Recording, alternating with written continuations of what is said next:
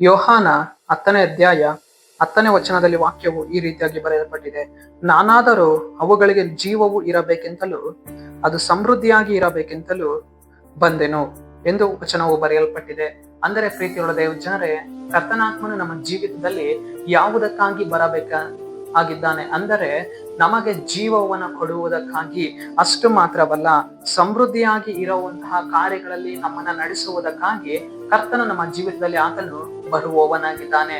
ಆದರೆ ನಮ್ಮ ಜೀವಿತದಲ್ಲಿ ಶೈತಾನನು ಯಾವುದಕ್ಕಾಗಿ ಬರುವವನಾಗಿದ್ದಾನೆ ಅಂದರೆ ನಮ್ಮನ್ನ ಕದ್ದುಕೊಳ್ಳುವುದಕ್ಕೂ, ಹಾಳು ಮಾಡುವುದಕ್ಕೂ, ನಮ್ಮನ್ನ ಕೆಡಿಸುವುದಕ್ಕೂ, ನಮ್ಮನ್ನು ಉಪದ್ರವ ಪಡಿಸುವುದಕ್ಕೂ ಸೈತಾನನು ನಮ್ಮ ಜೀವಿತದಲ್ಲಿ ಅವನು ಕ್ರಿಯೆ ಮಾಡುವವನಾಗಿದ್ದಾನೆ.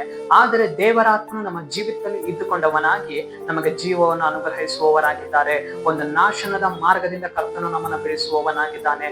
ಒಂದು ನರಕದ ಬಾಗಿಲಿನಿಂದ ಕರ್ತನು ನಮ್ಮನ್ನ ತಪ್ಪಿಸಿ ಒಂದು ನಿತ್ಯ ಜೀವಕ್ಕೆ ಹೋಗುವಂತಹ ಒಂದು ಸಮೃದ್ಧಿಕರವಾಗಿರುವಂತಹ ಮಾರ್ಗದಲ್ಲಿ ಕರ್ತನು ನಮ್ಮನ್ನ ಏನ್ ಮಾಡುವವನಾಗಿದ್ದಾನೆ, ನಡೆಸುವವನಾಗಿದ್ದಾನೆ. ನಮ್ಮಲ್ಲಿರುವಂತಹ ಜೀವ ಅದೇನಾಗಿರಬೇಕು, ಸಮೃದ್ಧಿಯಾಗಿರಬೇಕು ಎಂದು ಕರ್ತನು ನಮ್ಮ ಜೀವಿತದಲ್ಲಿ ಕ್ರಿಯೆ ಮಾಡುವವನಾಗಿದ್ದಾನೆ.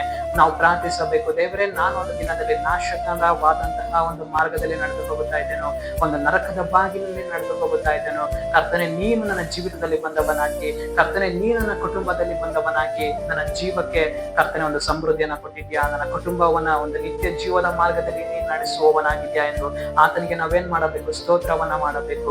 ಪ್ರೀತಿಯುಳ್ಳ ದೇವ ಜನರೇ, ಒಂದು ಕಾಲಘಟ್ಟದಲ್ಲಿ ನಾವು ನಮ್ಮ ಕುಟುಂಬದವರು ಏನ್ ಮಾಡ್ತಾ ಇದ್ದೆವು, ಒಂದು ನರಕದ ಹಾದಿಯಲ್ಲಿ ಹಾದು ಹೋಗುತ್ತಾ ಇದ್ದೆವು, ಒಂದು ನಾಶನದ ಮಾರ್ಗದಲ್ಲಿ ಹಾದು ಹೋಗುತ್ತಾ ಇದ್ದೆವು, ಒಂದು ಪಾತಾಳದ ಮಾರ್ಗದಲ್ಲಿ ಹಾದು ಹೋಗುತ್ತಾ ಇದ್ದೆವು. ಯಾವಾಗ ಕರ್ತನು ನಮ್ಮನ್ನ ಹುಡುಕಿ ಬಂದನೋ, ಯಾವಾಗ ದೇವರಾತ್ಮನು ನಮ್ಮನ್ನ ಹುಡುಕಿ ನಮ್ಮನ್ನ ಸಂತೈಸಿದನೋ, ಪಾಪದಿಂದ ವಿಮೋಚನೆ ಮಾಡಿದನೋ, ಆಗ ಆತನು ನಮ್ಮನ್ನ ಒಂದು ನಿತ್ಯ ಜೀವದ ಮಾರ್ಗದಲ್ಲಿ ಕರ್ತನು ನಮ್ಮನ್ನ ನಡೆಸುವವನಾಗಿದ್ದಾನೆ. ಎಂತ ಒಳ್ಳೆ ದೇವರಲ್ಲವಾ. ಸರಿ, ನಾವು ಪ್ರಾರ್ಥಿಸಿಕೊಳ್ಳೋಣ. ಅಪ್ಪ ಕರ್ತನೆ, ನಿನ್ಗೆ ಸ್ತೋತ್ರ ಸ್ವಾಮಿ. ಈ ಮುಂಜಾನೆ ವೇಳೆಯಲ್ಲಿ ದೇವರೇ, ಈ ವಾಕ್ಯ ಭಾಗ ಸಂದೇಶವನ್ನು ನೋಡುವಂತಹ ಜನಗಳನ್ನು ಸಂಧಿಸು ಕರ್ತನೆ. ನಿನ್ನ ಜನರ ಜೀವಿತದಲ್ಲಿ ನೀನು ಕಾರ್ಯವನ್ನ ಮಾಡಿ ಅಪ್ಪ, ನಿನ್ನ ಜನರನ್ನ ಕರ್ತನೆ ಒಂದು ನಾಶಕರವಾದ ಬಾಗಿಲಿನಿಂದ ತಪ್ಪಿಸಿ ನಿನ್ನ ಜನರನ್ನ ಒಂದು ಸಮೃದ್ಧಿಕರವಾಗಿರುವಂತಹ ನಿತ್ಯ ಜೀವದ ಬಾಗಿಲಿನಲ್ಲಿ ನಿನ್ನ ಜನರನ್ನ ನಡೆಸುವುದಕ್ಕಾಗಿ ಸ್ತೋತ್ರ. ನಜರೇತಿನ ಯೇಸುವಿನ ನಾಮದಲ್ಲಿ ಕರ್ತನೆ, ಆಮೆನ್, ಆಮೆನ್.